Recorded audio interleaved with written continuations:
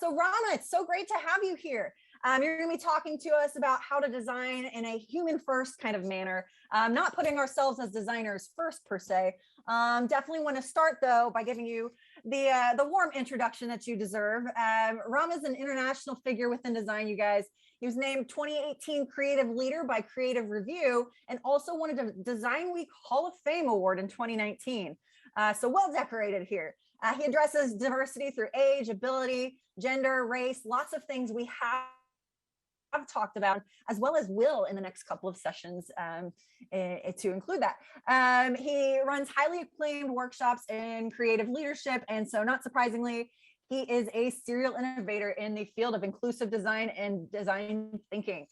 He's got, as part of that, he's got some really great experience in leading over 100 international projects with government and clients such as Samsung, Toyota, and Panasonic. Rama, talk to us about designing for human first. Awesome. I almost didn't recognize myself there. I was like, who is that?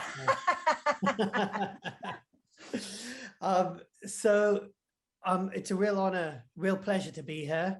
I'm Rama, and on screen you'll see the title of my talk, Human First, Designer Second, because that is the right way around. I'm sitting here in that image on the streets of Detroit in front of a sign that says Cyber Optics Lab. And I like to think that I'm sitting there gazing becomingly and beguilingly into the future.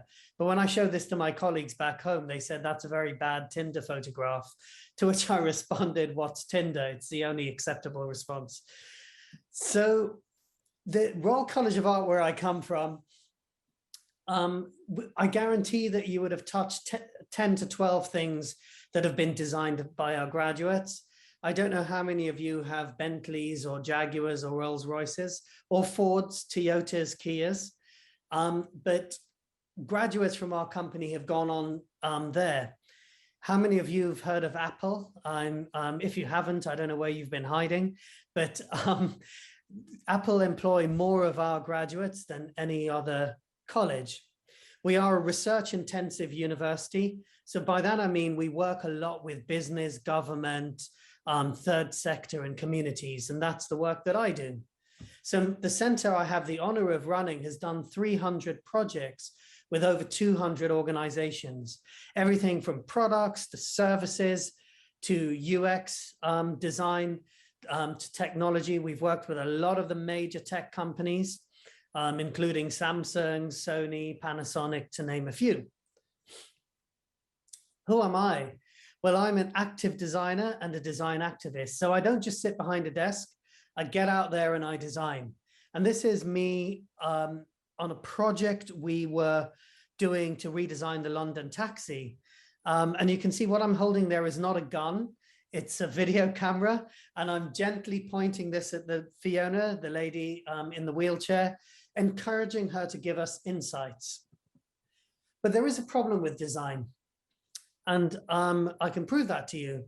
So how many of you have a smartphone? If you were to pull it out and type the word designer on any SMS or WhatsApp kind of application or WeChat in your phone, this is what comes up as a predictive icon.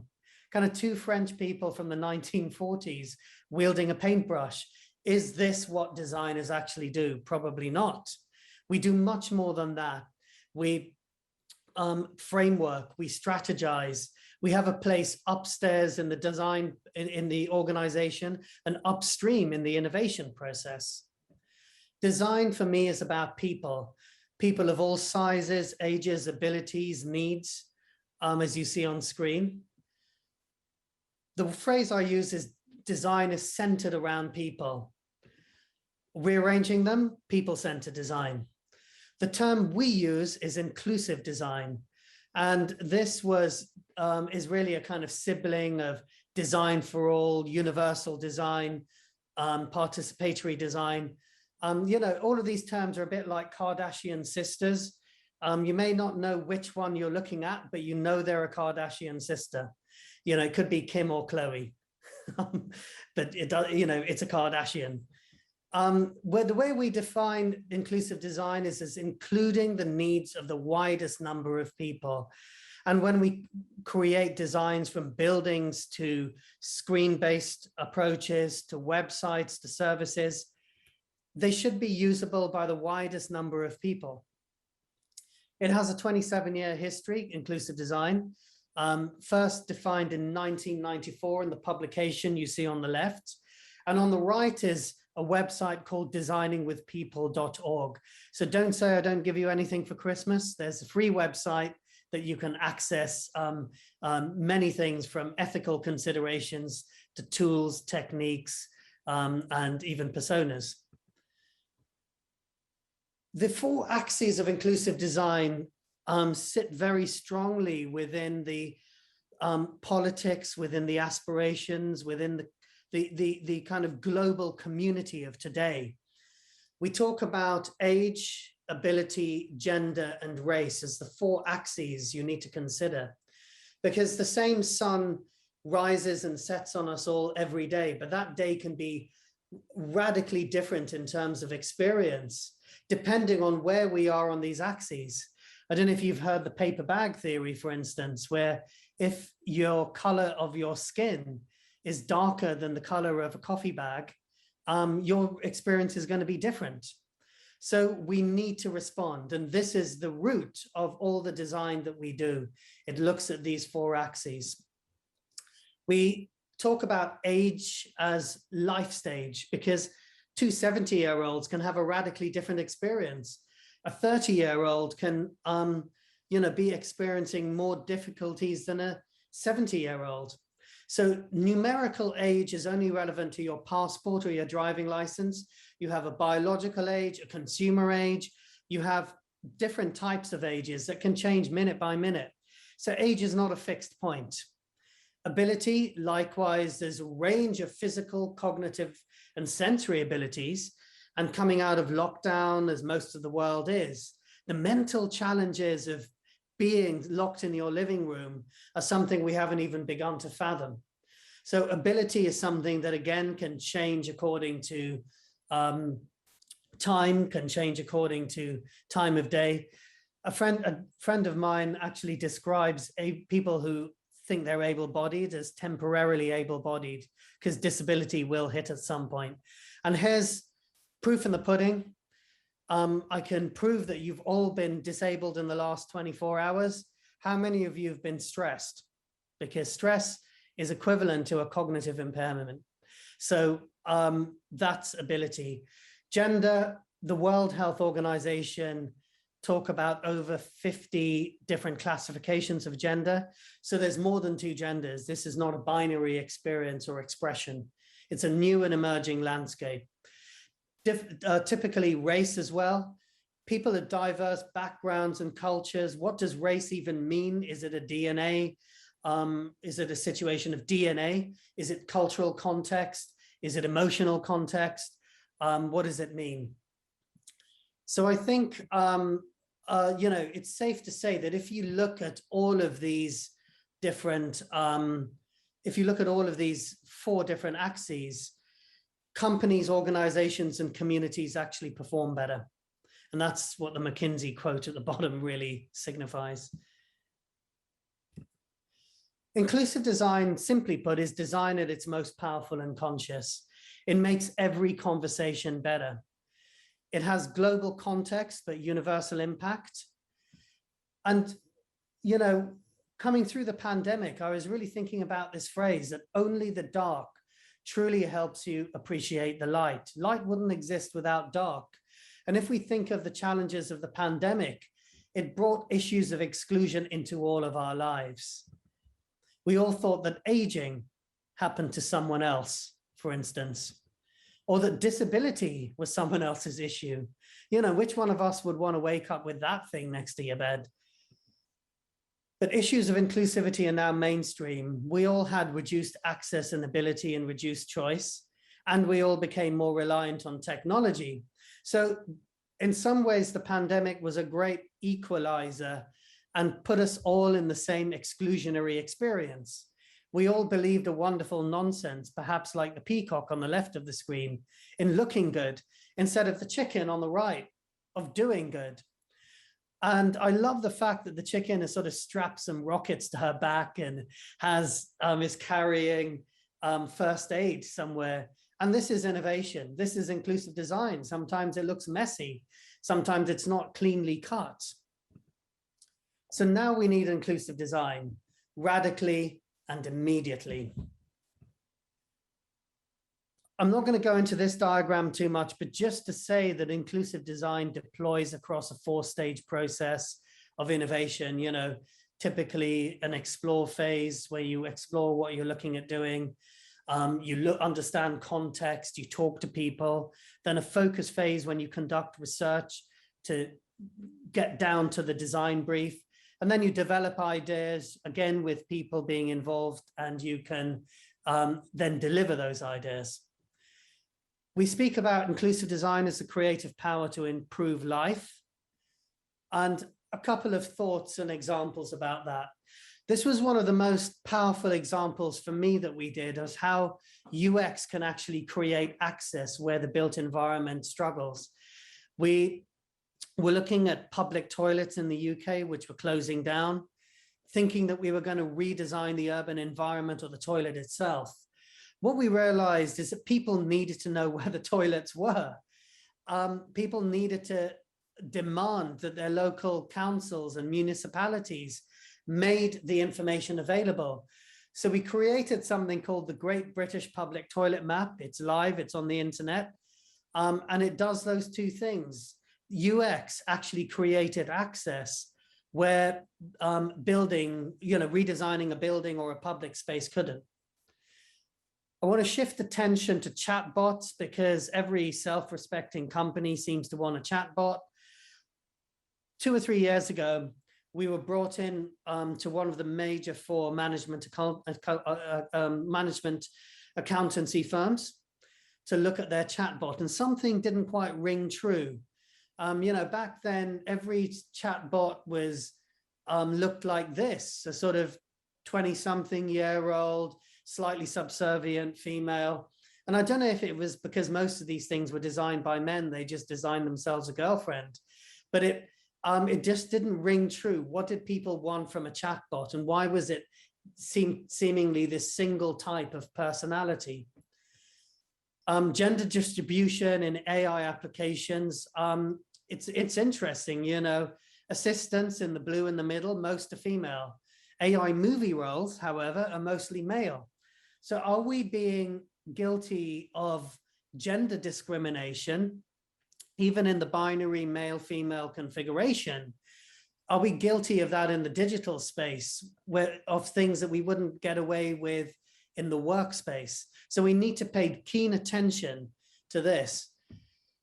We spoke to the company and said, and we developed these ideas as chatbots. What if it was a parent, a gentle authority figure, or a boss who can direct you what to do? A friend who can stand with you at every decision, at every point, or a coach who kind of coaches you through the day. And the accountants in the firm, they picked friend. But the friend that they picked was very different in terms of age and gender. It was Dame Judi Dench and David Attenborough. These were the sorts of characteristics that they wanted in a chatbot: an older, wiser friend who could encourage you to have a glass of wine at the end of the day, to cover up your mistakes, who could bring some sense of wisdom and empathy into your life. So it's important that we just don't aim for this kind of tall, able-bodied, right-handed male in the center. Inclusive design is about getting more of the target audience with all the people that are based in the different rings around this, in this bullseye, in this target. It's important that you work with real people. On the right is a project we did with Samsung, designing some UX for them. And the little boy in blue is our youngest ever participant. He's age 2, and he was telling us about how communities communicate. Don't work with fake people. There's 7.6 billion people on the planet. Don't make up a fake persona.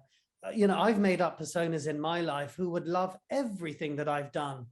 And if you look at these snapshots that, I just sort of pulled together, what do you notice about them? They're all smiling. So if you see too much teeth in a presentation, people walk away. The people are not real. In inclusive design, we think about emerging tech and how it can benefit all types of people. How can AI support people with dementia, autism, or simple cognitive overload? And we're doing some work around that. How might mixed reality support the low vision community? How can virtual reality help improve sort of health and rehab? And I'll show an example of that. Or how can augmented reality sort of help the building design process? So on to some case studies to sort of in the final half of the presentation. We do a lot of work in hospitals looking at signs, signage, and UX. And this was a piece of service design looking at how patients, patient records from admittance through to discharge, how can they be managed on the ward? How can there be an at-a-glance screen system that the clinicians can understand? And on screen, you see Laish, the designer, who is an information experience designer, working on this. And she actually spent a lot of time in hospitals. Here you can see she's helping to make up a bed. And the issue is that the cartoon here says, we're not visitors, we're just waiting for your bed. This sort of bed blocking, this kind of not understanding where people were in the system, it needed to be improved. This is typically an ICU, an intensive care unit, where a patient may go for recovery or when they first arrive, and it's full of machines and people and busyness. So how do you know where the patient is in the whole hospital process? So we spoke with clinical staff, co-designed with them, brought them in and listened to them. And what they designed was a simple traffic light system. So, the admission bit is on the left, and then there is a kind of circular bit of running tests, and then there is a discharge bit on the right. And this could be on the wall of the ward in digital or in a kind of color marker format. So at a glance, you can look in the ward and see where the patient is in terms of their journey. This, sticking with healthcare for a minute, with King's College London, we were looking at paranoia. And this app has just been through clinical trials. It's called Slow-Mo, or Slow Down for a Moment. It really came from the fact that the 600,000 people in the UK that are diagnosed with some sort of paranoia, how do they keep their mental health in between their clinician visits? And one of the simple ideas that I love on this app was, if you have a paranoid thought, like if you go into the supermarket and see a friend, but they don't say hello to you, you may get a paranoid thought that my friend doesn't like me anymore, but it may just be that they were caught up in their own life and didn't see you. But if you have that paranoid thought and you put it down as a spinning bubble on the screen, and you spin it at the speed that it's going in your head, if you start to slow it down on screen, it'll slow down what's going on in your head so it doesn't run away. So that's what we've been doing with the clinical trial. We've been working with Oxford University in a startup there that deals with virtual reality to look at two specific things. One is that VR scenarios have got real enough that it can start to feel like real life. The second thing is people diagnosed with psychosis. How do they retrain to enter the world? How do they go into a cafe, for instance, or interact with someone at a service station? So we created 6 scenarios with 5 difficulty levels. And here you can see on screen is the cafe. So the different levels, number 1 is just being able to walk in, then being able to stand in the queue, then being able to interact, then being in the middle of an altercation. And it uses virtual reality to train people to test out real life situations in the safe space. On the left, you see a sort of a typical patient records when a patient is undergoing a lot of tests. Often urine is an indicator of urine output, color, etc. It's an indicator if something's wrong. It's an early warning system. So on another project, we created this physical wheel that allows you to just turn, input the patient's weight, condition, etc., and actually figure out whether they are urinating enough. And of course, it can become a digital tool very easily. And this has now been deployed across the NHS. Wanted to talk about kind of online, offline as well. When COVID hit and the world shut down, last March, every designer, UX designer wanted to get involved and support our frontline staff. We work with this particular hospital, UCH Hospital, University College Hospitals. And rather than jumping in and trying to design masks and beds and ventilators for them, we asked them what they wanted. And what they wanted was a simple piece of paper UX. Basically, half of their staff were new people, new to the hospital, students or retired clinicians. And no one knew where anything was. So the existing staff were spending a lot of time telling people where the cupboards were or the canteen. So we worked with them over a 24-hour period and overnight designed a visual piece of UX, which you see on screen, just to tell new staff where things were. And we deployed that the very next day. You can see this clinician, Laura, she was a frontline staff. And you can start, the thumbs up that she gave us was one of the most magic moments in that first week of COVID hitting. Driverless vehicles are an interface with the city, an interface with technology, and rife with UX. On screen, you see the most beautiful representation of what people want from a driverless vehicle. We were brought in by the UK government to do some people-centered design and research. What we realized is the barriers to driverless vehicle aren't going to be technology, it was human. Who's going to accept this first? Is it going to be a premise for the rich people or the kind of technology enabled? And an unusual group came up, and that was people with a range of disabilities, particularly the low vision community. And lots of people who are legally blind, registered blind, 97% of them can see something, but they were really keen for driverless vehicles to happen so they could become drivers, operators of vehicles. We conducted research with people, and here you can see people building their own vehicles, looking at the interface, everything from the interface to the design. Bottom center, you see someone has built a living room out of Lego, complete with balcony and chimney. And it led us to think, if hotels could do driverless vehicles, could they sell them as a room?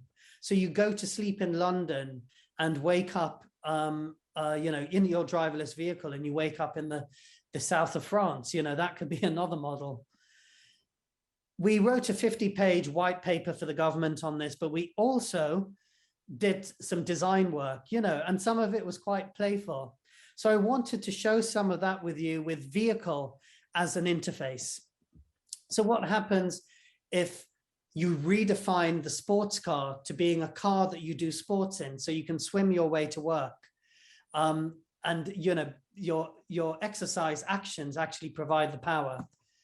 What if it could be a respite from the city that comes and gives you a little interfacing with the green? So, if you need some respite in your busy day, you call this up and it comes complete with its own pet to reduce your stress. What if it was a little digital vehicle that could do local deliveries or bring you noodles at 2 a.m. If you've had a few too many drinks?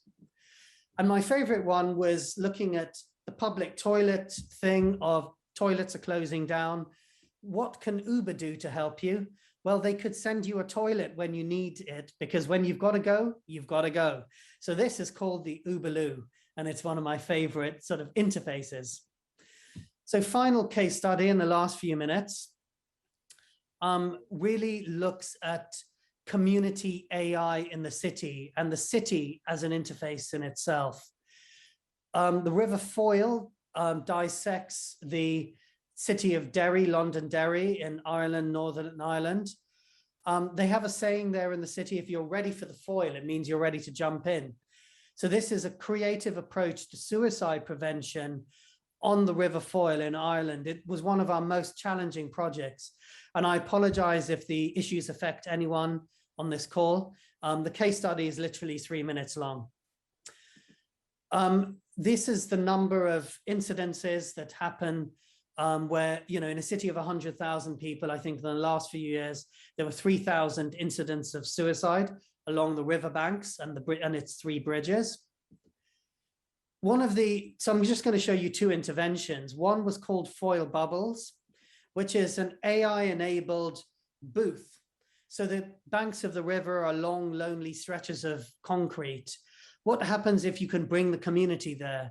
So these are little pop-up shops or rooms that anyone can take ownership of, as long as they undergo mental health training to be able to help people in a crisis. So someone in crisis on the riverfront is more likely to talk to a friendly stranger than the police or the healthcare service or even family. They're AI enabled, so they can talk to you. They can point a lost tourist in the right direction. And I'm reliably told these people are from Florida because of the length of his socks. If people are up to no good and causing damage, it can talk to them and say, wise up, you're on camera. But the most important and the most beautiful thing for me was, can the city itself, not the citizens, but the architecture and the interface of the city, reach out and ask someone in crisis that all-important question of, are you okay? And in trials, this has been proved to be very effective. The last idea is something called Foyle Reads. This is the car bridge, 9-story drop into the river below. Instead of putting up barbed wire, we took inspiration from the reeds on the riverbank, and we created this piece of UX design that lines the length of the bridge. So these are digitally enabled lighting solutions that you can interact with your phone. And they turn this place where people go to end their life into a place where people can go to celebrate their life, a place of desperation into one of aspiration. So very finally, you know, closing couple of minutes of my presentation, it's important that we show leadership. We have this term, this research area of creative leadership, which simply put is about having more leaders who are creative and creatives who are leaders. It's based on the 3 principles of empathy, clarity, and creativity, and they work together. If you only have empathy, you're a pushover. Only clarity, you're a dictator. Only creativity without the other 2, you're a bicycle pedaling hard, but not going anywhere. And empathy is a spectrum. You could be the Godfather and have no empathy, or the Dalai Lama and too much empathy. Clarity is a spectrum, very little clarity around Brexit. The Nike slogan, just do it, absolutely clear. Creativity is a spectrum. The Eye of Sauron just did evil and created more orcs. But a museum like the Tate Modern is a hugely creative place. So it's important that we make a start. Sometimes we can feel small, but even small boats make big ripples, but you need to launch your boat on the water. So finally, and this is my last minute, is top tips. Add courage to your conversations. I haven't got time to play this video, but it's basically a guy who stood up in France, in Paris, and just started dancing. And within 10 minutes, he got the whole bar dancing. So we'll miss that. A great philosopher, Denzel Washington, said, pray for the rain and you got to deal with mud too. So this isn't easy, but be prepared for it. Another great philosopher, Mike Tyson, said every boxer has a plan until they get punched in the head. And that is inclusive design because you're dealing with real people. So let your creative self shine and bring balance. Bring your authentic self to work and into the projects that you do. Let your hands touch people's lives in the right way. Make sure you go beyond post-it notes so you're not killing yourself like these guys are. Design for people, not users or consumers, because users use, consumers consume, but people live. So stop saying the word users and consumers. And very finally, last slide, design from empathy or love, because this little poem has really been so vibrant in my life. Power said to the world, you are mine, and she imprisoned him on her throne. Love said to the world, I am yours, and she gave him the freedom of her house. So go forth, be empathic, and be free. Don't crave power and don't get stuck on a throne. Wonderful. Thank you so much, Rama. That was just super captivating. I do have to say, you had me cracking up throughout it. No one could hear me over here, thank goodness. But you would have been a great guest speaker at Mike's improv and UX talk that we had earlier today. In all seriousness, though, you have so many beautiful anecdotes and case studies that, to me, really show how much power that we have as designers to affect change in in these different scenarios, and I love the notion of really challenging the status quo. You had some really exciting invention ideas there that I'd probably already add a couple of those to my shopping cart if I could. I don't know about the exercise car though. I don't know if I'd really like, if that's a good thing or if I'd regret that purchase. I didn't vote for that one either. Fair enough. I went for the dog. You went for the dog. That would have been mine too. Great. Well, okay. So let's see here. We've got probably time for about one question here, which is perfect because we've got a great one in the chat. Let me make sure I've got the right one. Yes. What is the average distribution of the time between doing the research for these kinds of things and doing the design work that you spend on the projects? And I guess that could even include, some of that really high level blue sky ideation as well. So the real luxury, the kind of benchmark for us is we try and do projects over a year. The reality of it is the last project we did was 2 weeks long. So I'll talk percentages rather than time. 50% research, 50% deployment, whether it's 2 weeks or 2 years. It sounds like some of that would definitely overlap too, because I'm sure you're continuously improving that research as you're designing, asking questions. Yeah, it's a parallel stream. It's twin tracks of research and delivery. So, trains need 2 tracks, and so do we. There you go. There you go. Well, I know we didn't get to ask you many questions, but to everyone on the call, you don't have to say goodbye to Rama just yet. He's coming back here momentarily. I'll tell you about that in a second. But in the meantime, thank you so much, Rama. This was a really inspiring talk.